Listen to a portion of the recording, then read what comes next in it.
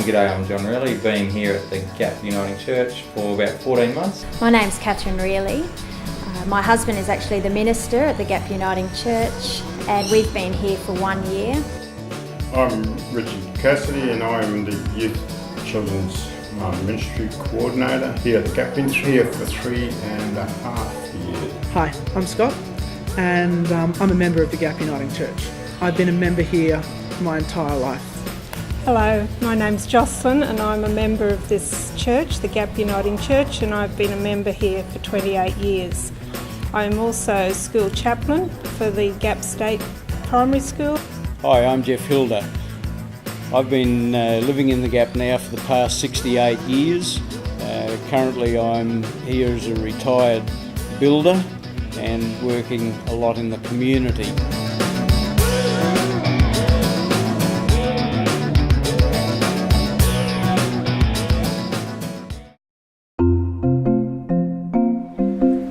The Gap was settled back in 1858. The area was still heavily an agricultural area until the end of World War II. And at that time, a lot of the farmers had ceased operation, and the large tracts of land around the district here were starting to be broken up into subdivided lots. And today, when we look into the 21st century, there's virtually no signs of agriculture around us anymore. The area is very heavily populated. It's obvious from the vehicles we see travelling around the Gap that it is affluent, and the homes can only be described as luxurious. And as someone who's grown up here, now it's very commonplace to see, quite a number of different nationalities. So I guess for me, in regards to trying to develop disciples, it's about saying, well, what can we do, not just in the program, so the youth staff or Sunday school or the kids, but how can we have a whole of church approach?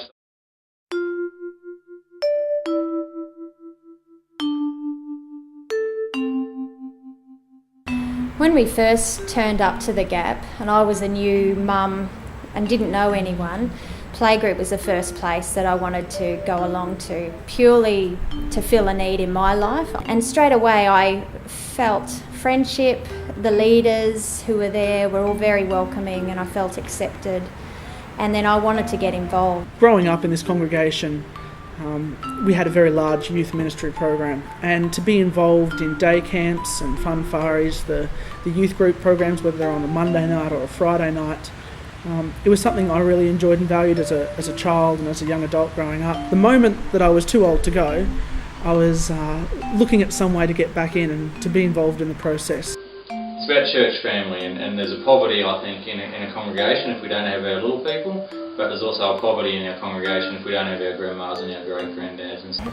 We've got 4 ladies, and they're all grandparents, and they come down, and their job is to really mingle with the mums, get to know them well. One intentional way is having months of preaching and teaching on a particular topic. So we've had a month of preaching and teaching on generosity, focusing on a particular age group, but saying, well, this is intergenerational. This is a part of our faith journey and follow what it is to be a follower of Jesus, is to be generous with each other, generous with our community, but also generous in the way that I guess we live out our mission and show God's love and grace to the community as well.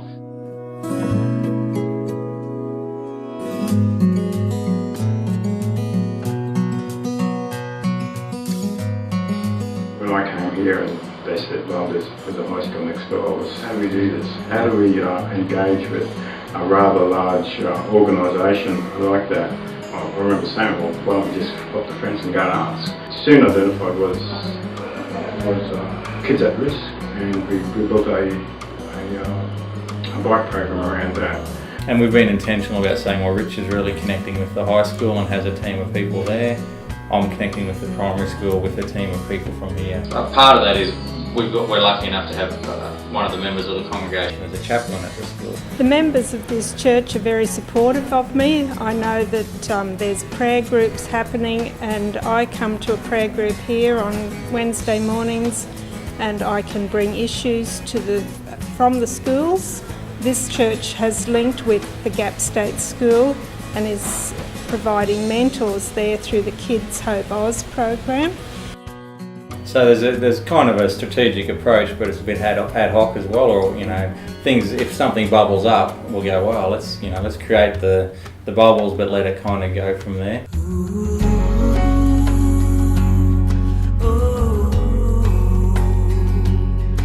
Yes, I'm the minister here, but really for me the important thing that happens here is not what I do, it's what all of us do and what everybody, and more important than what I do is what we're all doing together. I'm also a member of the church council here at the Gap Uniting Church, and when you're a member of the church council you've also got to be on one of our leadership teams. So over the last 5 years I've been a part of our CELT team, which is the Christian Education Leadership Team. And we also have people there who serve morning tea each week. We're finding even the morning tea ladies now are wanting to chat with the mums, and they're really important as well at forming the relationships.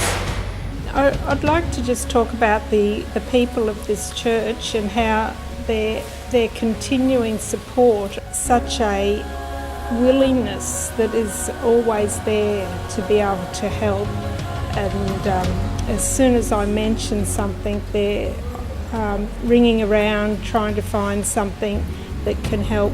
So I guess the joy is seeing other people say, well, here's an idea, how about we give this a go? I've got a team of people together. I say, well, of course, it's a part of our strategic directions. It fits within what we're trying to do within this community and what we're trying to do within our congregation. Of course, have a go. Yeah.